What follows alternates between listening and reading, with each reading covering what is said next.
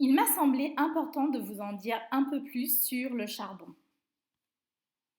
Le charbon est vraiment une substance vraiment très intéressante. Les premières utilisations du charbon remontent déjà au temps des Égyptiens, l'Égypte des papyrus, en 1550 avant Jésus-Christ. Et de nos jours, il est utilisé largement en médecine pour détoxifier, mais aussi en tant qu'antidote pour les poisons.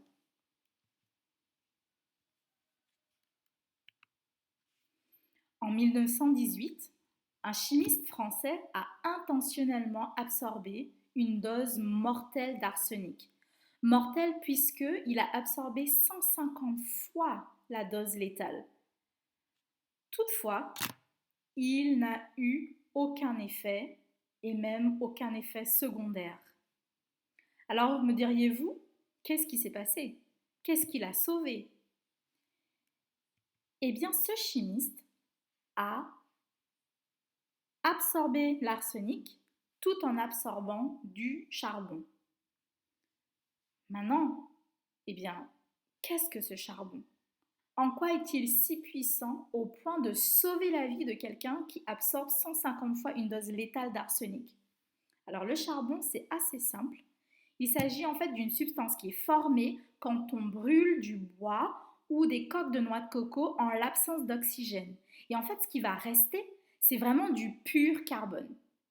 On trouve le charbon sous trois formes, une forme poudreuse, une forme tablette et les capsules. Comment le charbon fonctionne? Alors, le charbon, en fait, c'est un absorbant. Qu'est-ce qu'il va faire? En fait, déjà, quand on le regarde en fait au microscope, on se rend compte qu'il ressemble à une éponge et il contient plein de petits trous avec des petits tunnels qui ressemblent à des passages. Et alors, le charbon va agir comme un absorbant, c'est-à-dire qu'il va attirer en fait la substance, il va se lier avec cette substance, ce poison, ce gaz ou d'autres germes, et il va les bloquer de l'intérieur. Et du coup, ces substances deviennent inoffensives pour le corps. Il y a deux variétés en fait de charbon, le charbon dit régulier ou le charbon dit activé. Un charbon qui a été activé, eh bien, il s'agit du carbone qui a été traité à très haute température pour lui donner une plus grande capacité en fait d'absorption. Toutefois, jusqu'au XXe siècle, le charbon régulier a été utilisé et a été très effectif. Donc si vous n'avez pas en fait de charbon activé, mais vous avez du charbon régulier, c'est très bien. Alors, les avantages du charbon, c'est qu'il est rapidement utilisable, simple d'utilisation, totalement inoffensif et très efficace. Il ne faut pas confondre le charbon de bonne qualité, inoffensif pour le corps, et le charbon que vous utilisez pour faire vos barbecues ou encore la nourriture brûlée. Puisque le charbon qu'on utilise pour le barbecue, il est en général traité euh, chimiquement afin de permettre au feu de partir plus vite et de durer plus longtemps. Alors du coup, ce charbon-là, il ne faut surtout pas l'utiliser.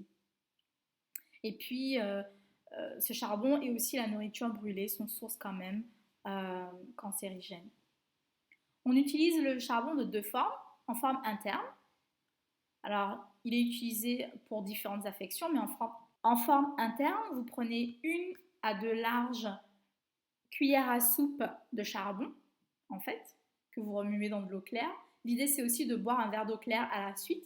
Surtout, prenez-le en dehors des repas et en dehors des médicaments. Il est plutôt utilisé quand il y a une situation d'empoisonnement, de gaz intestinaux, de nausées, de vomissements, de diarrhée. Et quand vous voulez traiter un enfant, vous mettez la moitié de la dose prévue pour les adultes. Toujours garder en fait une jarre en fait toujours garder du charbon végétal chez soi, euh, ça peut sauver la vie. Un point d'attention, ne jamais donner du charbon à quelqu'un qui dort ou qui est inconscient Autrement, il ne pourrait pas l'avaler et cela pourrait causer plus de mal que de bien. Et puis le charbon s'utilise aussi en externe, en cataplasme, et ça c'est l'objet de la démonstration que je vous fais dans la vidéo spéciale cataplasme au charbon. Il est utilisé pour des infections, des inflammations, euh, mais, aussi, euh, mais aussi une détoxification en fait. Donc toujours penser à se laver les mains avant de commencer pour ne pas contaminer une zone que vous souhaitez justement traiter.